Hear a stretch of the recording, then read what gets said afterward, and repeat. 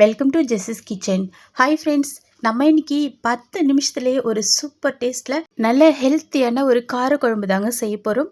வாங்க, ரொம்ப ஈஸியாக எப்படி செய்யலான்னு சொல்லித்தரேன். ஃபஸ்ட்டு நம்ம நெல்லிக்காய் சைஸ் அளவு புளியை 10 நிமிஷத்துக்கு ஊற வைத்து பிறகு அந்த புளியை நல்லா கரைச்சி இது போல் தண்ணியை மட்டும் வடித்து எடுத்துக்கலாம். இது கூட 1/4 டேபிள் ஸ்பூன் மஞ்சத்தூள், கொஞ்சமாக கல்லுப்பு சேர்த்துக்கலாங்க. இப்போ இதை ஒரு ஸ்பூனால் நல்லா நம்ம மிக்ஸ் பண்ணி கொடுத்துக்கலாம். இது போல் நம்ம ஃபஸ்ட்டே கலந்து வைக்கும்போது இதனுடைய புளிப்பு சுவை ரொம்ப அதிகமாக இல்லாமல் மைல்டாக கிடைக்குங்க. நல்ல ஒரு டேஸ்ட்டு கிடைக்கும். காரக்குழம்பு செய்கிறோன்னா எப்போவுமே ஃபஸ்ட்டு நம்ம இது போல் ரெடி பண்ணி வச்சுக்கணும். இப்போ ஒரு பேனில் நல்லெண்ணெய் சேர்த்துக்கலாம். நல்லெண்ணெயில் செய்யுங்க, அப்போ தான் இந்த காரக்குழம்பு நல்ல டேஸ்ட்டாக இருக்கும். இந்த எண்ணெய் நல்லா சூடான பிறகு 5 பற்கள் பூண்டுகளை சேர்த்துக்கலாம். இது கூடவே 10 சின்ன வெங்காயத்தை தோல் உரித்து சேர்த்துக்கலாங்க. சேர்த்துட்டு இது நல்லா நம்ம இது போல் நல்லா வதக்கி விட்டுக்கணும். பாருங்கள், இந்த பக்குவத்தில் ஒரு பழுத்த தக்காளிகளை கட் பண்ணி சேர்த்துக்கலாம். நான் மீடியம் சைஸ் தக்காளி தான் எடுத்துருக்கிறேன். சேர்த்துட்டு இது நல்லா நம்ம வதக்கி விட்டுக்கணுங்க. பாருங்கள், இது போல் நல்லா இது வதங்கின பிறகு இப்போ இதை அப்படியே ஒரு பிளேட்டில் ட்ரான்ஸ்ஃபர் பண்ணிக்கலாம்.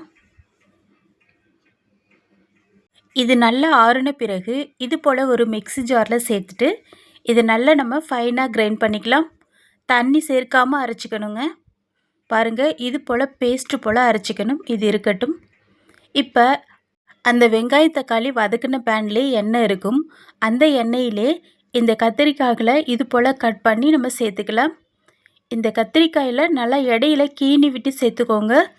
அப்போ தான் அது சாப்பிடும்போது நல்ல ஒரு சாஃப்டாக ரொம்ப டேஸ்ட்டாக இருக்குங்க. இப்போ இது போல் நல்லா முன்னும் பின்னும் பரட்டி விட்டு ஒரு 2 நிமிஷத்துக்கு நல்லா நம்ம வதக்கிக்கலாம். பாருங்கள், இந்த பக்குவத்தில் இதை அப்படியே எடுத்து ஒரு பிளேட்டில் ட்ரான்ஸ்ஃபர் பண்ணிக்கலாம்.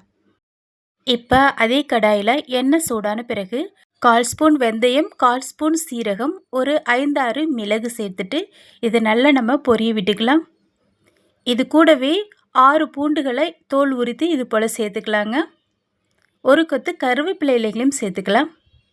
சேர்த்துட்டு இது நல்லா நம்ம இது போல் வதக்கி விட்டுக்கலாங்க. ஆல்ரெடி நம்ம பூண்டு சேர்த்தோம், அதனால் ஒரு 6 பல்லு சேர்த்தா போதும். இப்போ ஒரு கைப்பிடி சின்ன வெங்காயம் உரித்து இது போல் நம்ம கட் பண்ணி சேர்த்துக்கலாங்க. ஒரு 5-6 சின்ன வெங்காயத்தை முழுசாகவே சேர்த்துக்கோங்க. இப்போ இதை நல்லா நம்ம வதக்கி விட்டுக்கலாம்.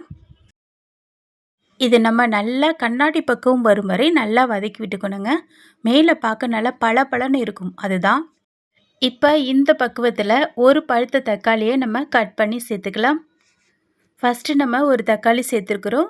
இப்போ ஒரு தக்காளி சேர்த்துக்கலாங்க. நான் மீடியம் சைஸ் தக்காளி தான் எடுத்துருக்கிறேன், அதனால் நான் 2 தக்காளி சேர்த்துருக்குறேன். சப்போஸ் பெரிய சைஸ் தக்காளியாக இருந்துச்சுன்னா ஒன்றே போதுங்க. அதிக புளிப்புத்தன்மை இருந்தால் சாப்பிடும்போது ரொம்ப புளிப்பாக இருக்கும். இப்போ இது போல் நல்லா சுருளை வதக்கிட்டு இது கூட 1/4 டேபிள் ஸ்பூன் மஞ்சத்தூள், 1/2 டேபிள் ஸ்பூன் அளவுக்கு மிக்சடு மிளகாய்த்தூள் சேர்த்துக்கலாங்க. சப்போஸ் தனி மிளகாய்த்தூள் சேர்க்குற மாதிரி இருந்துச்சுன்னா 1 ஸ்பூன் மிளகாய்த்தூள், 1/2 டேபிள் ஸ்பூன் மல்லித்தூள் சேர்த்துக்கோங்க, கரெக்டாக இருக்கும். நம்ம ஆல்ரெடி புளி தண்ணியில் மஞ்சத்தூள் சேர்த்துருக்குறோம், அதனால் மஞ்சத்தூள் சேர்க்கும் போது பார்த்து சேர்த்துக்கோங்க. இப்போ இது நல்லா இது போல் வதங்கி எண்ணெய் பிரிந்த பிறகு ஆல்ரெடி கரைத்து வைத்த புளி தண்ணியை இது கூட சேர்த்துக்கலாம். இது கூடவே மேலே 1 கப்பு அளவுக்கு தண்ணி சேர்த்துக்கலாங்க. சேர்த்துட்டு இது நல்லா நம்ம மிக்ஸ் பண்ணி கொடுத்துக்கலாம். இது போல் நல்லா நம்ம கலந்து கொடுத்த பிறகு ஒரு நைட்டு ஃபுல்லாக ஊறின கொண்டக்கடலையை நல்லா நம்ம வேக வைத்த பிறகு இது கூட சேர்த்துக்கலாங்க. இந்த கொண்டக்கடலை நல்லா ஊற வைத்து பிறகு வேக வைக்கணுங்க. அப்போ தான் சீக்கிரமாக வேகும், நம்ம எடுத்து சாப்பிட்றதுக்கு ரொம்ப ஈஸியாக இருக்குங்க. இப்போ இது கூடவே ஆல்ரெடி அரைத்து வைத்த வெங்காயம் தக்காளி விழுதுகளை இது கூட சேர்த்துக்கலாம். சேர்த்துட்டு இதையும் நல்லா நம்ம இது போல் மிக்ஸ் பண்ணி கொடுத்துக்கணுங்க. உப்பு தேவைப்பட்டால் கொஞ்சமாக இது போல் சேர்த்துக்கலாம். சேர்த்துட்டு இது நல்லா மிக்ஸ் பண்ணி கொடுத்துட்டு உப்புகள் கரெக்டாக இருக்கான்னு செக் பண்ணிவிட்டு இதை அப்படியே மூடி போட்டு 5 நிமிஷம் நல்லா கொதிக்க வச்சுக்கலாம்.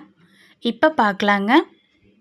பாருங்கள், எண்ணெய் பிரிந்து நமக்கு சூப்பராக ரெடியாக இருக்குது.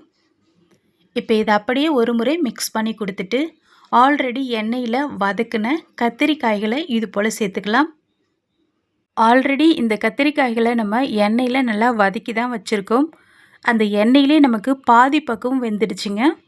மீதி பாதி வேக்காடு இந்த மசாலா கூட வேகும்போது அது எடுத்து சாப்பிட்றதுக்கு நல்லா ஈஸியாக இருக்கும். முன்னாடியே நம்ம கத்திரிக்காயை சேர்த்துட்டோன்னா குழஞ்சி போயிடுங்க. இப்போ இதை ஒரு முறை லைட்டாக மிக்ஸ் பண்ணிவிட்டு மறுபடியும் இதை மூடி போட்டு ஒரு 3 நிமிஷத்துக்கு கொதிக்க வச்சுக்கலாம். இப்போ நம்ம ஓப்பன் பண்ணி பார்க்கலாம். பாருங்கள், எண்ணெய் பிரிந்து நமக்கு சூப்பராக இந்த காரக்குழம்பு நல்ல மணமாக ரெடியாக இருக்குது. இப்போ இந்த காரக்குழம்புல உப்பு, புளிப்பு, காரம் எல்லாமே ஈவனாக பேலன்ஸ் பண்ணி கொடுக்கறதுக்கு 2 மிளகு சைஸ் அளவுக்கு வெல்லத்தை இது கூட சேர்த்துக்கலாம். அடுப்பை ஆஃப் பண்ணிவிட்டு சேர்த்துட்டு இதை அப்படியே பெரட்டின மாதிரி மிக்ஸ் பண்ணி கொடுக்கணுங்க. வெல்லம் அதிகமாக சேர்க்கக்கூடாது, கம்மியாக தான் சேர்க்கணும். இப்போ நமக்கு சூப்பர் டேஸ்ட்டில் காரக்குழம்பு ரெடி ஆகிடுச்சுங்க. நல்ல சூடான சாதத்து கூட சைட் டிஷ்ஷு அப்பளம் வச்சு சாப்பிட்டோன்னா செம்ம டேஸ்ட்டாக இருக்குங்க. பொதுவாக கொண்டக்கடலை சாப்பிடாதவங்களாம் இது போல் நம்ம காரக்குழம்பு பண்ணி செய்து கொடுக்கும்போது நல்லா சாப்பிட்றதுக்கு டேஸ்ட்டாக இருக்கும்.